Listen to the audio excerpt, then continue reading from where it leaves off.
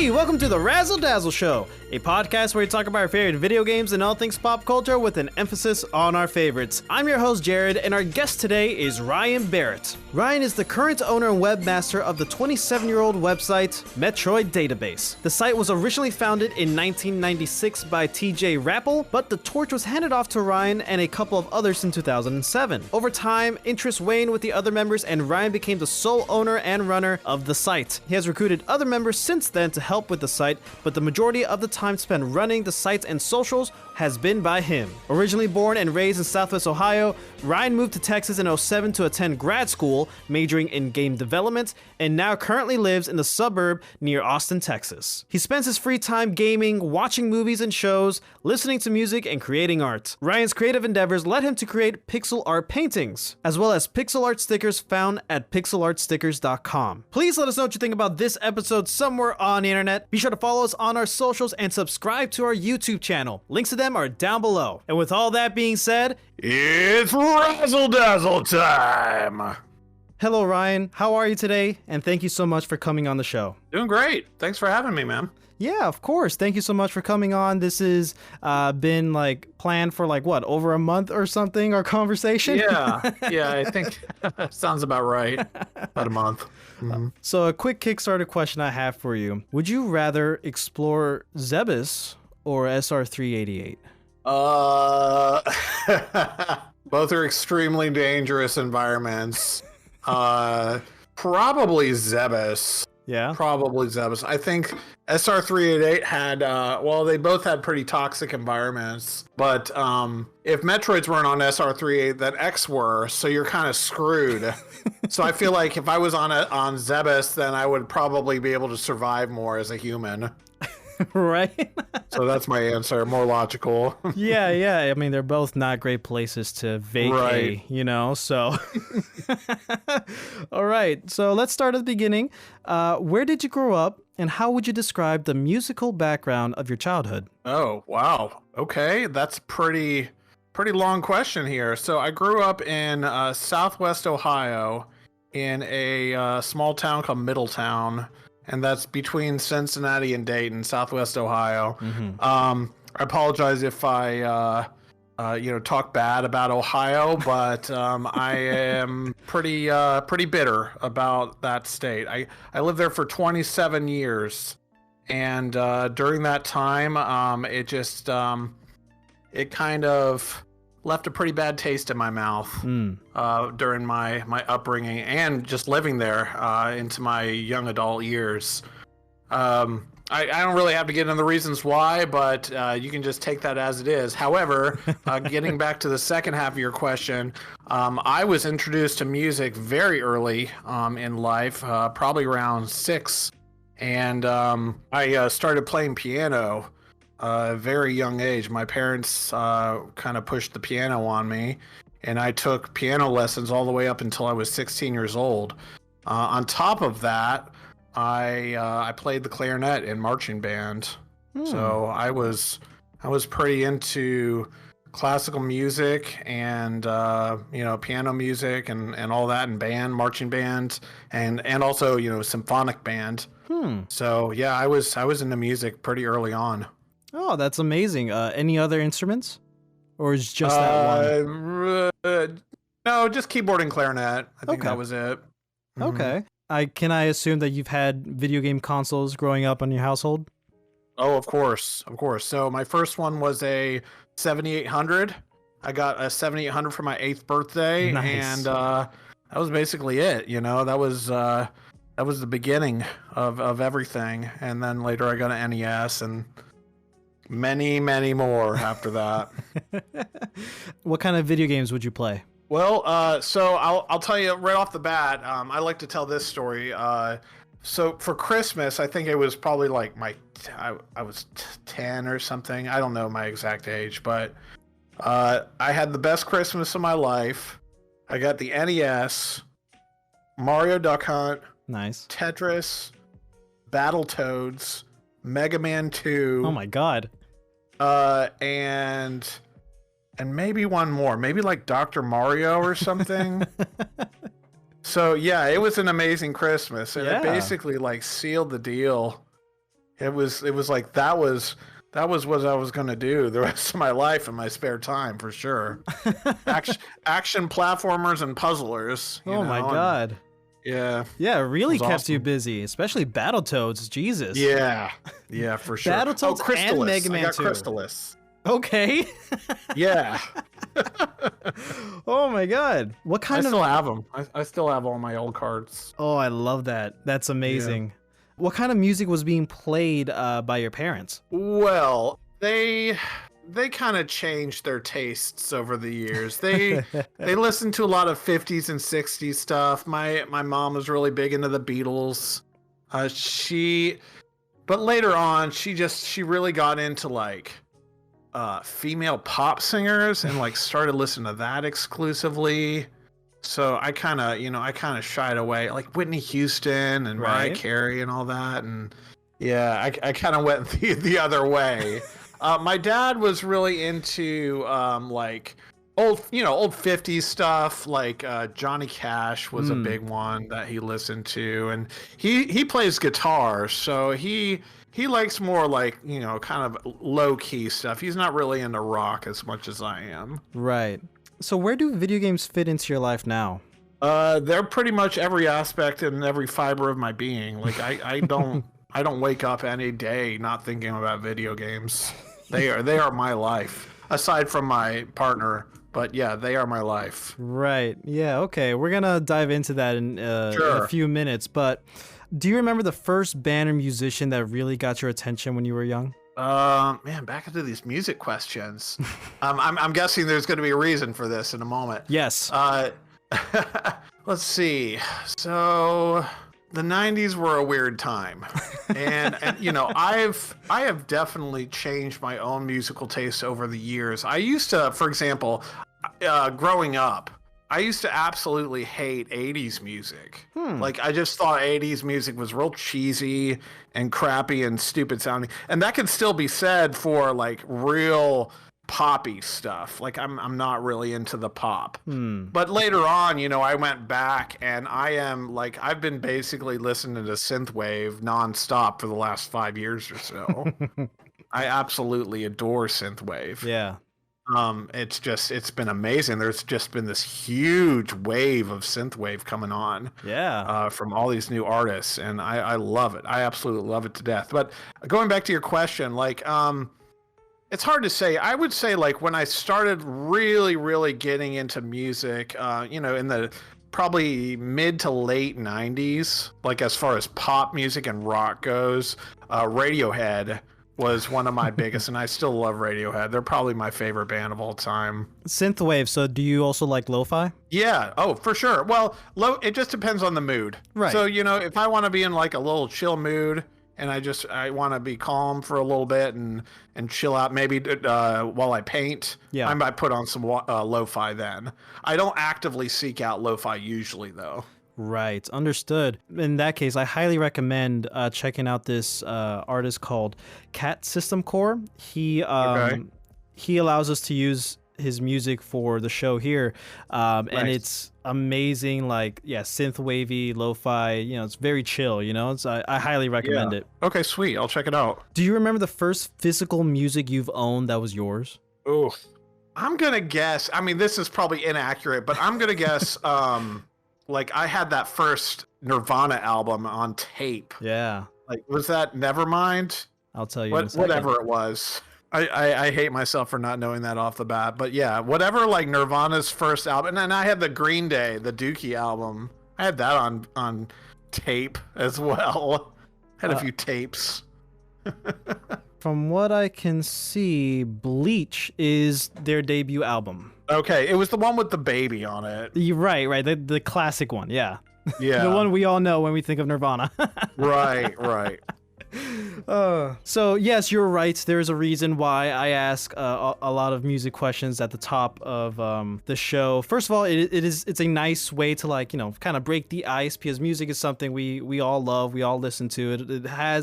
it's a major part of everyone's lives if they listen to music, right? Yeah, But for also, I'm a part of this other podcast called 3 Song Stories, where we tell people's biography through music. So the premise of the show is each guest comes on the show and they pick 3 songs that whenever they listen to it, it sends them back in time to a moment and place that they have a story associated with, and they remember like every detail, you know, like similar to when the food critic from Ratatouille eats Ratatouille at the end and he remembers his childhood. So Yes. my next question is, off the top of your head, do you have a song story, and what song is it associated with? I mean, there's a lot. There's a lot. It's a loaded thing, I know. Yeah, that's tough. It's it's about picking one, right? Yeah. Like going back to Radiohead. So Radiohead, I got really heavy into Radiohead during my college years, and that was the early 2000s. And back in those days, I was actually one of the first people to buy an iPod, right? So I had a 5 gig iPod, and I was so protective of it that I wouldn't take it out of my coat. And I kept it in my coat and changed tracks. I would push the button through my coat because I didn't want to like get jumped or whatever. Yeah. And I was so protective of that iPod. But anyway, like I put all of Radiohead's albums on there, and I listened to that between classes. So it's like it was kind of cemented in my mind at the time, and it kind of made my it helped at least to kind of forge my music tastes. Where does that album fit into your life today? That's only if I'm like really in the mood. Like I've heard that album hundreds of times, so I would just be like, man, I haven't listened to this in a long time. I would probably listen to it then. Right. Understood. Okay. Yeah. Moving on, now let's get into Metroid and the Metroid Database. So first, Sure. Can you share your journey with the Metroid Database, how you got involved? Absolutely. So it was a message board that I had gone to because, it was the early days of the internet. It was probably 99, 2000-ish. And I had known about MDB for a while. And I had been, I think I was part of their community at the time. So they had this like really old board where it was like BB board or something, where basically you would just make posts, and at a certain point it would scroll off the screen and they would be gone forever. So like you couldn't see the old posts because they would be gone. Right. Because they would be overwriting. So that's how old our board was. And it was just, they were really basic. It wasn't like Reddit or anything like that. It was just these really old message board posting. So I went on there and I kind of found a community that I fell in love with. And, everyone was very welcoming. But also on top of that, the real reason I wanted to go there is because I was extremely pissed that Metroid Prime was going to be first person. I was livid. I absolutely could not handle it, and I wanted to find other people to bitch at with and make sure that I wasn't alone. And that was the case when they announced Metroid Prime. Everyone's like, how dare you. But then the game came out and we were all proven wrong, basically. So how did you first get into Metroid then?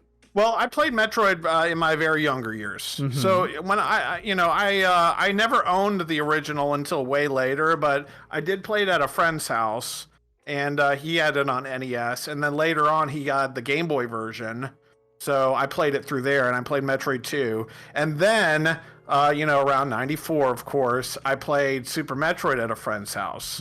So a lot of my gaming, despite what I said earlier about having, these great games, my parents, unfortunately, were not really the wealthiest of people, and getting new games was extremely hard for me. So a lot of my childhood tended for me to just go to friend's house and play the games there. And I'm sure a lot of other people can kind of share the same story, where everyone was just going and bumming games from each other and trading games back and forth. Yeah, no, in those days. I totally understand. I played Super Metroid back in the day and absolutely loved it, and that became one of my all-time favorite games. What about it did you fall in love with? Is it just, I know you can say everything because Super Metroid is a perfect game, but right. what was like, what about it like just drew you in? Like, what about the series? I think it has to do with atmosphere. It's atmosphere and the fact that, you know, a lot of it is heavily based on one of my favorite movie series, the sci-fi Aliens series. Yeah. So that is kind of, you know, it goes hand in hand at being just an amazing legacy in the world of gaming, even though back in the day, especially in the 80s and 90s, like every single game had some kind of xenomorph-ish enemy in it. There's like hundreds of games and they all do that. They have these kind of xenomorph looking enemies, but Metroid kind of took it to the next level because it was so heavily inspired by Alien. Yeah. I first got into Metroid when Fusion came out. I think, like, I might be in the minority here in saying that Metroid Fusion is my favorite Metroid game. That's yes, you are. It's my favorite just because it was my first, so therefore my favorite, but also because this was like my first time ever dealing or experiencing a Metroidvania, you know, like a Metroid style game where there are a lot of opening branching paths, and because of my age, I was like, I don't know, preteen, early teens, I just didn't understand how to move about in like Super Metroid. You know, I'm like, okay, I'm lost, I don't know where to go. So the streamlining of Fusion just kind of helped get me going, and Metroid is one of my favorite franchises ever. It's like in my top 5, and I absolutely love Metroidvanias in general. So when they changed the approach from Super Metroid, of course 2D Metroid game, the pioneer, half of the pioneer of the Metroidvania genre of video games, taking it into first person. You didn't like that. Why? Well, it's because of my younger, naive self. You know, basically, I was expecting them to ruin it. Because I couldn't imagine the gameplay being translated into first person at the time. It was just like, if they don't make an HD version of Super Metroid that is on par or beyond Symphony of the Night, I'm not interested. Right. Because that's what, you know, I wrote it off in my mind. That's my expectation. I wanted a 2D HD game that was just epic, and that's all I wanted. Yeah. But they gave us so much more than that. Yeah, they did. It's a wonderful series that we've covered like specifically on the show before. So how has the Metroid series influenced your life on the way you view video games now? Well, I'm pretty picky as far as like gaming right now. I think as far as Nintendo goes, just Nintendo games. Nintendo makes these incredibly polished pieces of art. Yeah. And they set standards, they set the bar all the time. And everyone tries to at least achieve that as a bare minimum. So it's kind of been becoming this, what's Nintendo doing? And then let's just kind of ape it as best we can. But that's with Nintendo. Nintendo always, they seem to be making more, I guess the only way to describe it is more arcade experiences, and you know, they're more about the gameplay. Whereas, you know, you take a game like The Last of Us and it's all about just movie. Like, we want to make an interactive movie with a little gameplay in there. Right. But in the long run, we want to tell a really deep story and just have a bunch of cutscenes to tell that story. And Nintendo, they kind of shy away from that, you know? Yeah. So it's a balancing act, and I will tell you, like, I definitely do not have as much patience these days for these games that are just going to be cutscene after cutscene. Because when I want to play a game, I want to play a game. Yeah. I don't want to watch a movie, you know? You don't want to watch a 60-hour movie. Right. Yeah, depending on what game you're playing. I mean, I could give you a really easy example. It's called Death Stranding. Yeah. So I played through Death Stranding, unfortunately, and I wish I had all those hours of my life back. But that game it's so many cutscenes in that game. Just really, really long cutscenes, because that's what Hideo Kojima do. Yeah. And same with the Metal Gear series. Yeah. And it kind of turns me off. I don't want to sit there and just watch and watch and watch. I want to play. Yeah, no, I totally understand. There's something about, show and tell, right? Whereas a lot of companies or a lot of games just want to like shove exposition down your throat and be like, hey, pay attention. This is what's happening. Yeah. Jingle, jingle, you know? But when it comes to Metroid, this is on the opposite end of the spectrum, minus a game or two, Other M. I'm also one of the minorities who actually likes Other M, because that's also one of the first. Yeah, that's fine. I mean, I don't hate Other M either. Yeah. It's kind of its own beast. Yeah. For sure. The only thing I don't like about Other M is just like, Samus, you're in a lava area. Are you really just gonna wait until the middle of that lava boss fight to then turn on your Varia suit? Like, come there on. were some very strange decisions. That's it. That's like my biggest complaint. But anyways, Jessica Aaron Martin did an amazing job at Samus. I think she's wonderful, and she's like the perfect Samus. But anyways, as what I was getting onto, Metroid series has a way of like the environmental storytelling. That's a part of the Metroid franchise that is beloved and, replicated, or a lot of other indie companies, a lot of other Metroidvania developers try to mimic, like Hollow Knight, for example. Even other games like Hyper Light Drifter. You don't have to say a single word in a video game that Metroid has proven, and yet an entire story branching, a whole franchise, a whole galaxy is being told right before your eyes. And for the most part, it's like pictures. We get it's the rare occasions where we get pictures telling us a little bit of something that's going on, like Metroid Zero Missions and Return of Samus, where we actually get like something more than just what's happening right now. But beyond that, just seeing how like the fauna in one area changes and decays into another because of this giant boss monster, like this alien monstrosity or whatever. Like, that's the cause of it. All this destruction is because of that thing, and we later figure that out, like in the Ghost Ship in Super Metroid. It is beautiful, and of course, just the art style in just about every single Metroid game is phenomenal, and the music, oh my god, it is stellar, pun intended. Yeah, absolutely. I agree. I think you kind of nailed it on the head. It's that environmental storytelling. Yeah, the Ori series has really taken environmental storytelling to the next level, I think.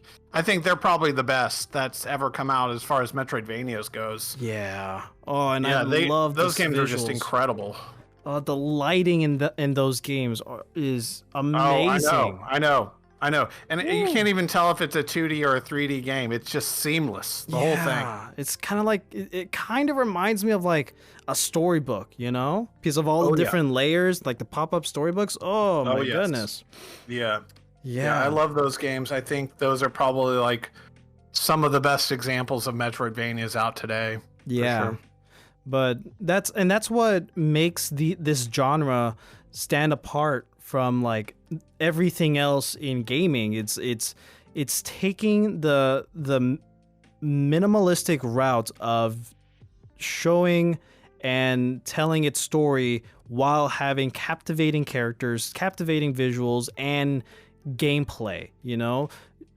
The amount of different kinds of Metroidvanias featuring different kinds of combat is phenomenal and outstanding. How like the same type of game can be played in so many different ways. Ori, for example, Shovel Knight, Hollow Knight as well, even though they're kind of similar, but like still Castlevania, Metroid, it's all there and it's stunning. I actually joined a Metroidvania group on Facebook, which is an incredible group. It is basically non-stop Metroidvania on there, and they always talk about just the latest and greatest. So if you're into Metroidvanias, the one on Facebook it's a really good group to join. Okay, good to know. Yeah, I know the Last Faith. You heard about the Last Faith? No, I haven't. The Last Faith. It's a pixel art Metroidvania. It's very it's kind of similar to Blasphemous.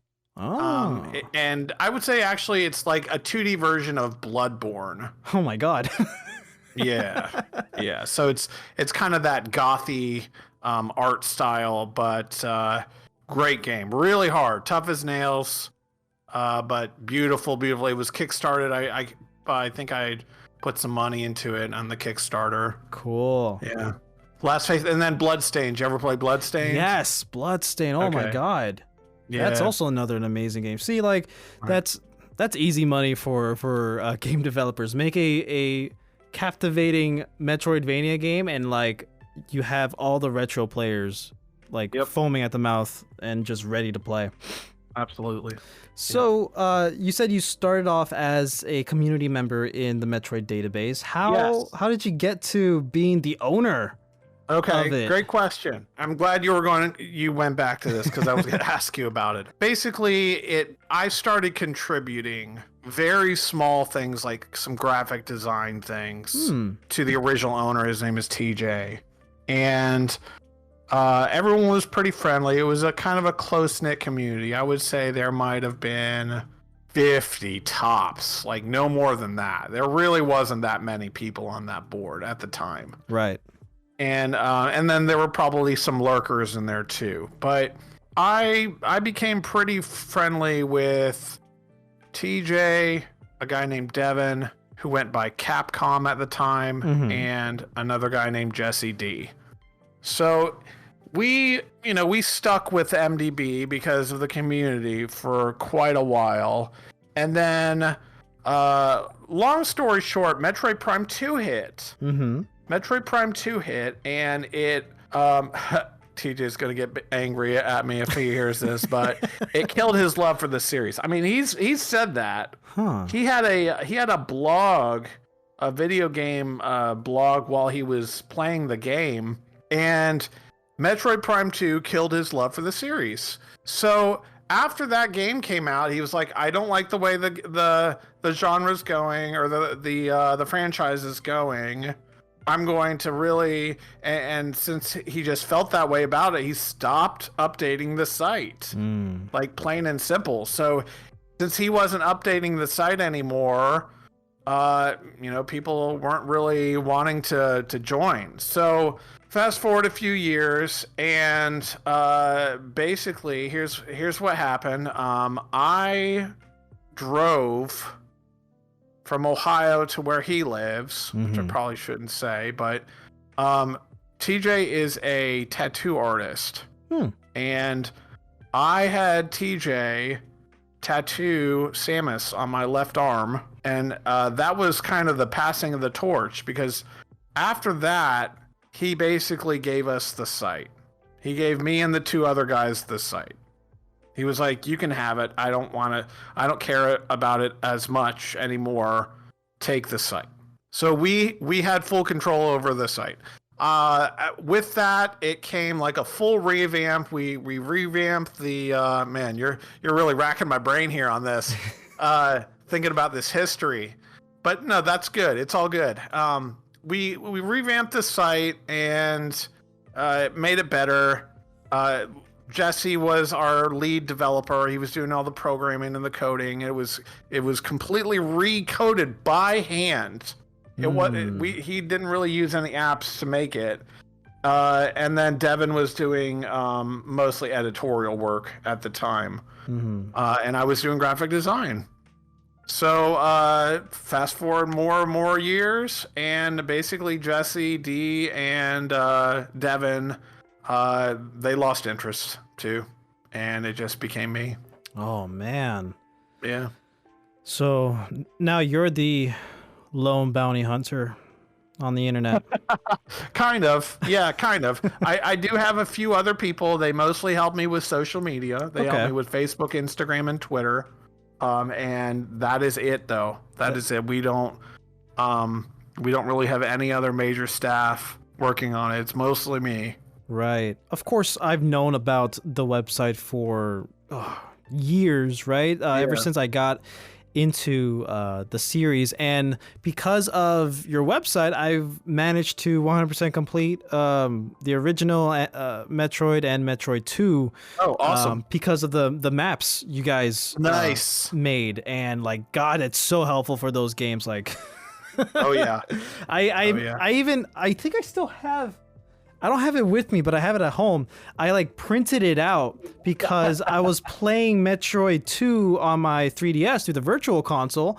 And so I had to like print out a map of it and like check mark each little box of whenever I got an item or killed a Metroid or whatever. Yes. So I had it with me on the go for like a month or whatever. Awesome. It's great. That's fantastic. And looking like I've always wanted to take those maps and like go to the next level with that. And like make it interactive, but I don't really have the experience of doing all that. I know it's possible, especially with HTML5. I'm sure I could, figure it out, but that's work. Yeah, that's time and work. Yeah. And I'm looking at the website right now, and I absolutely love everything I see. I've always have. I love how all like the menu drop downs. It looks like. Visually, like what the menus look like in Metroid Prime, especially the cursor. Oh my God, I love that detail with the what is it?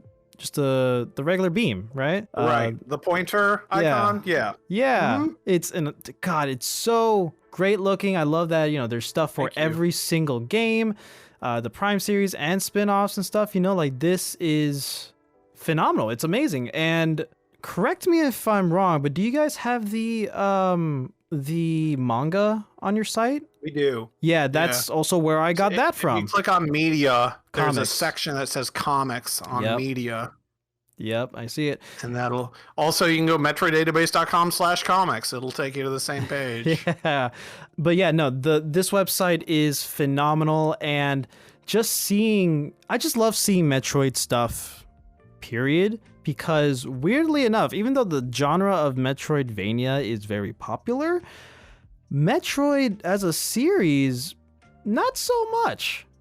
Right. It's one of Nintendo's pillars, but it's a very niche pillar. It's like not well known. But thanks to Dread, of course, it kind of came back. But now it's like gone away again. A little bit, yeah. Do you want to talk about that? Because I could talk about that for hours. Please. Okay, so it's this two-edged sword.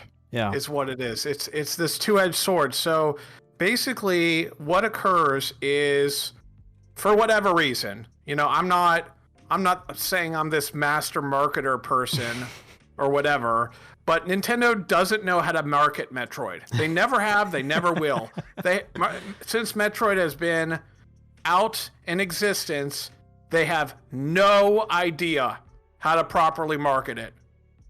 It slips through their fingers every time.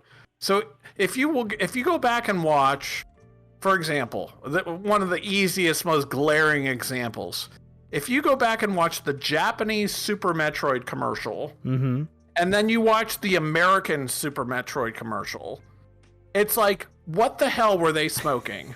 It is the American Super Metroid commercial is so nonsensically unappealing to what the game is about that it wouldn't have gotten anyone interested in the game. You show a guy making a big dog into a small dog and then show some really brief game clips. Like, that's not enough to make anyone interested in your game. And that's just one thing. So even if you go further back, the very first Japanese Metroid 1 commercial, have you seen that? I have not. It is one of the greatest Metroid commercials of all time. Like, I do not say that lightly. It is incredible. Right. It's got someone in a Samus costume flying, like surfing on a disc, on an FDS disc. and then she like flips into the TV and like shoots, and you start shooting, then you see game footage, and it's incredible. Yeah. For the 80s, for like 1986.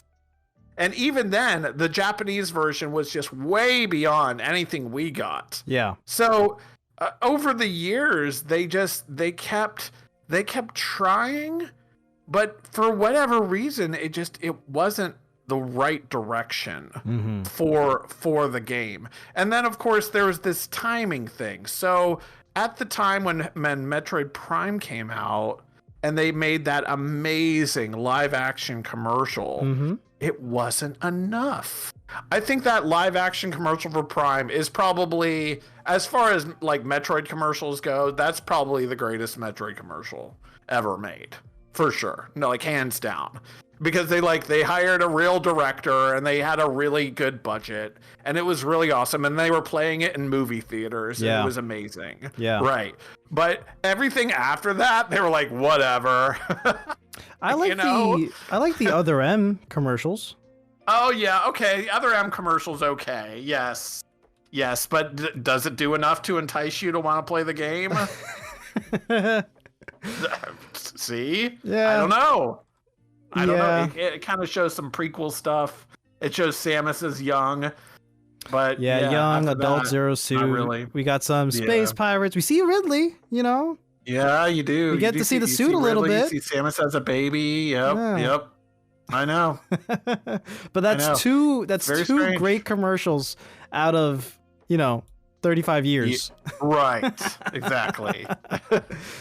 I don't understand it, man. I don't understand why Nintendo like just does a better job marketing. Okay, so that's just the commercial side of it, right? Yeah. That's just the advertising.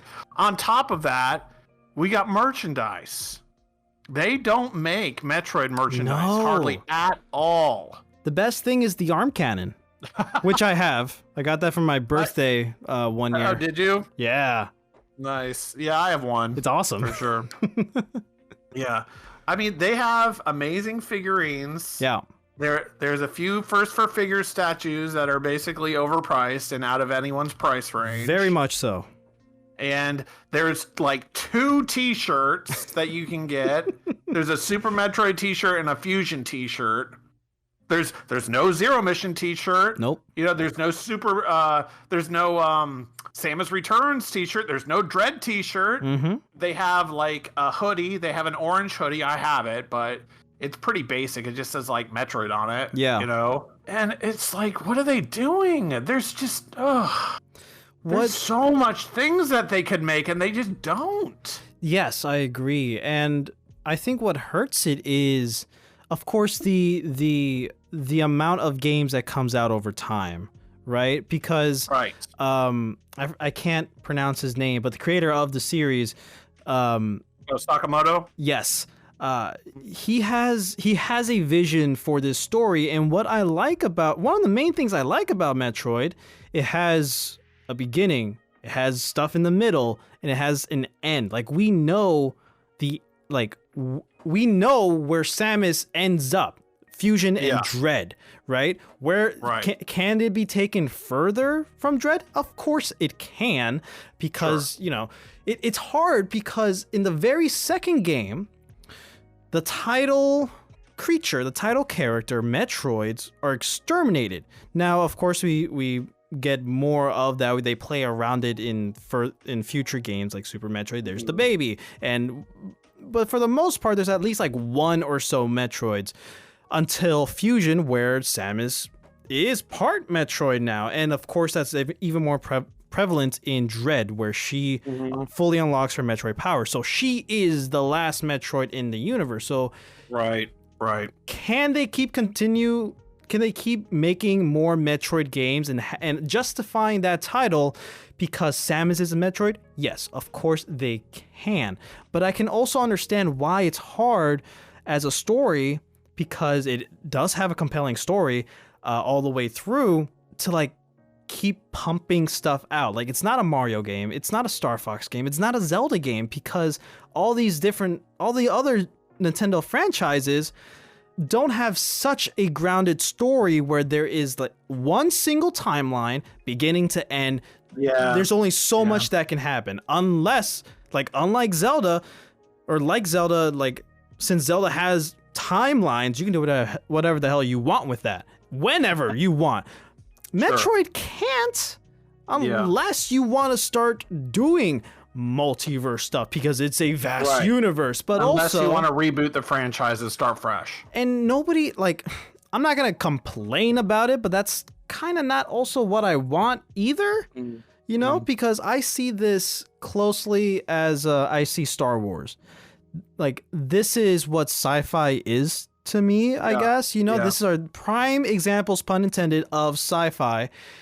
And these also have beginning, middle, ends. It's weird to have different versions of the same thing. And I like that this is grounded per se, and it doesn't, there's not a lot of ways you can get confused when reading about the Metroid story. Does that make sense? Oh, absolutely. Absolutely. But I wanted to add one more thing on an observation I've had that you might not have realized.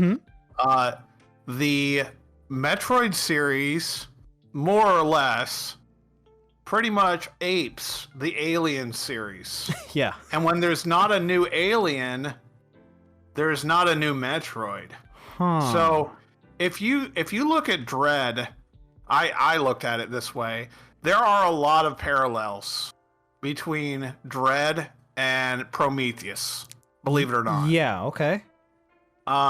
She's meeting her maker, one of the things. There has never been a Chozo in any Metroid game except in Dread. Yeah. And for the first time ever, we see the engineers in Prometheus. That was a big deal. And then it kind of ended the same way. But I just feel like since they are using Alien as this big inspiration for them, since I think there is a new Alien around the corner. They're kind of waiting. It just seems to me like we're not going to make a new Metroid game until we get a new Alien game or movie. Right. So I don't know. I don't know if there's any merit or if that makes any sense. But yeah, no, I see what you mean. Like that's what they're doing. And that only hurts a series when people want more of it, but it's limited because of that, you know? Yes. Which sucks. It does. Like, why can't they come up with their own ideas? Come on. Why do you have to wait on a movie to come out? So true. Yeah. Maybe that's also why it's taken... God, really? How many years has it been? Has it been 6, 7, 8 years? Since they announced Prime 4? I don't know. God. I don't think about it too much. As much as I love Prime and video games in general, I kind of lost my my hype button. Like I have a friend who gets super hyped on video games and upcoming video games, and he always tries to like get me hyped too. And I'm like, I just can't get hyped anymore. I don't have the energy. I'm 43, man. I don't have the energy for that kind of thing anymore. I understand. No, I get it. But yeah, you're still motivated enough to continue on with this amazing website that's been going on for over 20-some, almost 30 years. Yeah, thank you. Yeah, I mean, more or less. I will say I'm definitely not as motivated now as I was, 7 or 8 years ago. But yeah, I still like doing it. I especially like, we've kind of switched over to being really social media focused, because that's where everyone is these days. Yeah. Is the social media. And like, I refuse to get on TikTok. Not going to do it. Never going to get on TikTok. But as far as like Instagram, Facebook, and Twitter goes, we have plenty of people that we can interact with on a daily basis. And I'm very happy we have such a very nice, welcoming community So that's just kind of where my energy goes these days. Yeah, I've been a follower for a long time, so I know exactly what you mean. Yeah, well, thank you. I find it awesome that, first of all, I just get to have you here, the owner of this amazing website here, because I'm also part of the Zelda Universe website. I'm a list writer for the site. And I've also had the opportunity to have one of the hosts of Zelda Universe, Amanda Van Heil, on as a guest on the show. A great person, great episode. Because Zelda's like my favorite video game franchise. And the Zelda Universe website, you know, pumps out a lot of articles just about every day, you know, every other day, you know, very frequently. Even if there's like no big Zelda news, and I understand because there's a big team there, is right. If you don't mind me by asking, for the Metroid Database, do you think it's because of the size or lack thereof a team that kind of hinders a lot of stuff being published on the site? I hope the question makes sense. Yeah, absolutely. Yeah. No, absolutely. I have like one other editor, and he's busy too, and it's just really the lack of content. There's no real Metroid news going on, hardly ever. Right. And when there is, it's just this huge flood of Metroid news. Like when Dread was announced, it was just non-stop Dread news. Yeah. Which was great, which was really great. But again, that was really exhausting, having to deal with all that and post it up on the site and tell everybody. And I had to kind of do that all on myself. Yeah. So it's not that I don't want to. Of course. It's that it's a time thing. Yeah. It's you know, I have to really dedicate a lot of time that I don't have. Yeah, to the site, especially since it's volunteer work, basically. Exactly. Yeah, and volunteer work only gets you so far. Yeah. And I think it's Zelda Universe, they probably have ads on there, right? On the site, yes, there's ads. Okay, yeah, we have no ads. Oh yeah, on our site. We never have. Yeah. I just noticed since you mentioned it. You're right. Yep, no ads. But you do have merch, which is pretty cool. We do. We have a store. One of your hobbies you mentioned in your bio was you like to make art, right? Yes. Do you make the pins and the stickers and stuff, or like contribute to like any of the merch for the site? Yeah. So every single piece of merch that you see on the site, I have designed, ordered, made, so on and so forth. Wow. Or been extremely involved in their creation. Right. Yeah. Oh, that's amazing. And of course, I assume that profits are to help keep the website going. Oh, absolutely. Yeah. That's all the reason I do it. Yeah. Other than Metroid, do you make things for other series you like, or just anything? Absolutely. Yeah. Yeah. So, as I mentioned, I do pixel art. It's called Pixel Art Paintings, and you can go to either pixelartpaintings.com, or you can find me on Instagram or Facebook.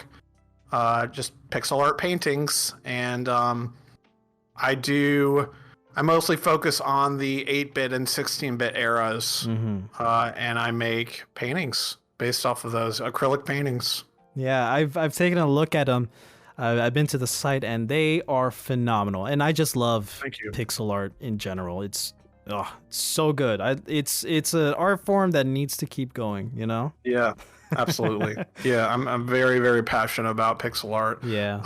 I've been doing that since 2004. So this is my 20th anniversary of making those paintings. So I've been doing it for quite a while. Yeah. That's amazing. Oh, wow. I love that.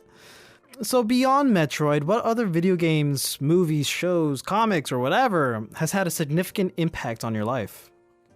Mega Man X. Absolutely Mega Man X. So fun fact about me, I actually have a Mega Man X bathroom. My bathroom in my home is completely Mega Man X themed. Cool. Yeah. Oh my god, I love that. Yeah. So like my shower curtain is the Mega Man X box for the US box art. So my cool. Shower curtain. Yeah. What about? I can send you some pictures later. Oh, that'd be cool. Yeah. What about Mega Man X? It's just because it's cool, because it's fun, because it is. Well, it was one of those games, you know. The Super Nintendo. Of course, I love the NES, but it was the Super Nintendo era that really just like sealed the deal. Yeah. As far as like my love of video games, it was the Super Nintendo era, hands down.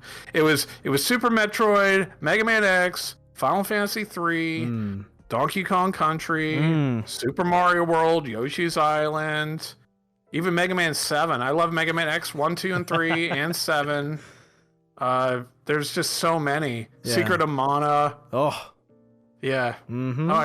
A Chrono Trigger. Oh my God, I've been playing Chrono Trigger again recently, and God, I love it. Amazing. It's a masterpiece. Ooh. Oh, Link to the Past. Yeah.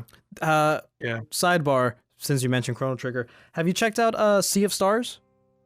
Oh yeah. Oh yeah. I haven't beat it yet. I do God. own it though. Yeah. Amazing game. Amazing game. Phenomenal. Yeah, that game is gorgeous. I consider it a perfect game, like 10 out of 10. Oh, nice.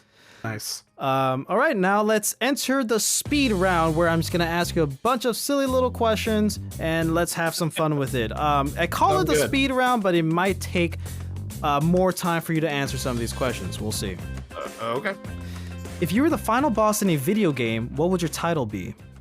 Hold on, I'm coming up with something really funny. Yeah. Ultimate grumpy person. Something like that. What would your boss theme music be? And you can choose any song from anywhere. Okay. I would probably pick something from Master Boot Record, which I just saw him live in Chicago, and I had to give a shout out for that. So cool. I'm doing that now. If you haven't heard Master Boot Record, he's one of the greatest artists out right now. He's Italian. He makes chip metal music. No lyrics. Incredible. Master Boot Record. Cool. Listen to him. I will check it out. Yeah. If you were a superhero, what would your name be? Let's just say artsy guy. And your powers? Artsy nerdy guy. I can make art appear on a canvas when I snap my fingers. Okay, cool. If you can live in the world of your favorite childhood show, movie, or game, which one would it be and why? Can't really say Alien. Because they'd come and kill me. Yeah. Those Xenos. Maybe like Blade Runner. Ooh. I feel like living in a cyberpunk world would be pretty sick. Yeah, I like it. Okay. Yeah. Which character from your childhood favorite show, movie, or game would you most like to have as a friend in real life? Like the dude from Ready Player One. Yo. Percival. Yeah. Oh my God. An epic gaming buddy. Hell yeah. Yes. I was going to, as a joke answer, I was going to say the baby. Oh, yeah. Right. If you could attend any fictional event, for example, the Ewok celebration in Star Wars Episode 6, which one would it be and why? Probably something like where everything gets blown up. You know, like in Fallout when the nukes hit. Yeah. That would have been a cool thing to see. Just to witness like the Watcher from Marvel? Yeah, exactly. Yeah, just watch everything get blown to smithereens. Okay. Yeah, something along those lines. What would your 14-year-old self think of who you are today? Well, my 14-year-old self would probably be angry with me that I sold all my Super Nintendo games when I was 18 years old in a fit of idiocy that I'll never forgive myself for. But other than that, I think he would be pretty amazed what I've accomplished, and probably pretty jealous. That I live in such an amazing house, and I have such amazing friends, and I'm the steward for one of the biggest Metroid communities in the world. Yeah. He would probably be pretty jealous of me. Yeah, I bet. That's lovely. Well, it is now time for you to recommend 3 people that you're going to share this episode with that you think we can get on the show and that you'll think they will say yes. Okay. One of the people, I'm going to say this guy's name, but I can't make a guarantee because he's a real busy dude. He's super, super busy.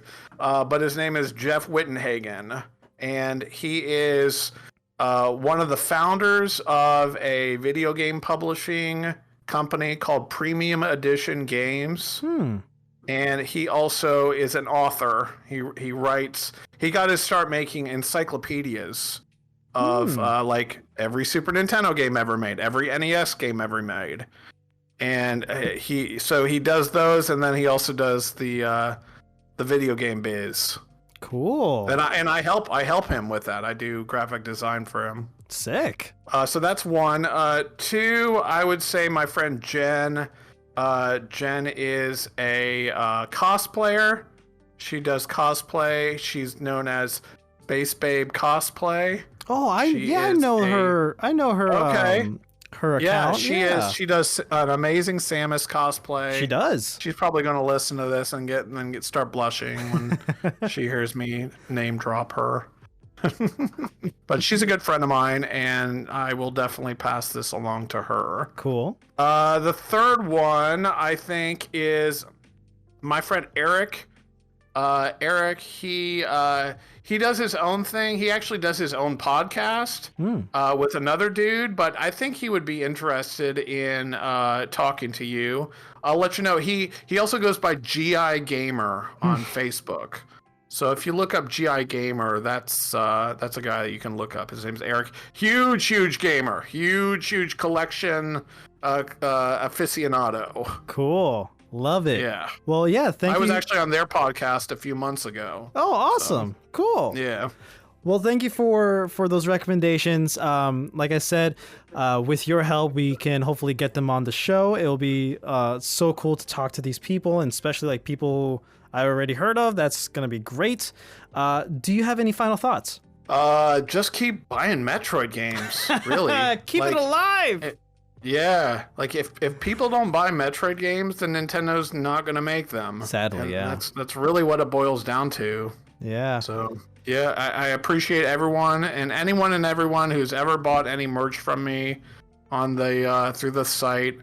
I really appreciate you inviting me on and reaching out to me. This has been a really great experience, and I love talking about my journey through Metroid stardom, whatever you want to call it. Through the lens of Metroid. Yeah. Yeah, no, this has been awesome for me too. I don't have anybody like at all who I can just talk about Metroid with, and it's one of my top game series, like one of my favorite game series of all time. And like I don't know anybody who also plays Metroid. Like Metroidvanias, but not Metroid. Yeah. You know? That's unfortunate. Yeah, right. So this has been like very refreshing and just an amazing time, and thank you so much for coming on the show. Yeah, likewise, man. Yeah, it's been great. Thank you so much. All right, that's all the time we have for today, guys. If you want to hear more from Ryan, be sure to check out the Metroid Database website at metroiddatabase.com and their socials, and be sure to check out Ryan's pixel art paintings at pixelartpaintings.com. Be sure to let us know what you think about this episode somewhere on the internet, and be sure to follow us on our socials and subscribe to our YouTube channel. Links to them are down below. Be sure to rate us 5 stars and leave a comment down below. We'll catch you on the next one. Next time on the Razzle Dazzle Show. I was slated to go to Dragon Con simultaneously with a group of friends. So I was like, what is something easy, cosplay-wise, and fun, and, you know, like color palette that I really like that I could do for Dragon Con? Mm-hmm. And I saw that and I was like, that's it. I'm going to be Justin Bailey Passcode Samus.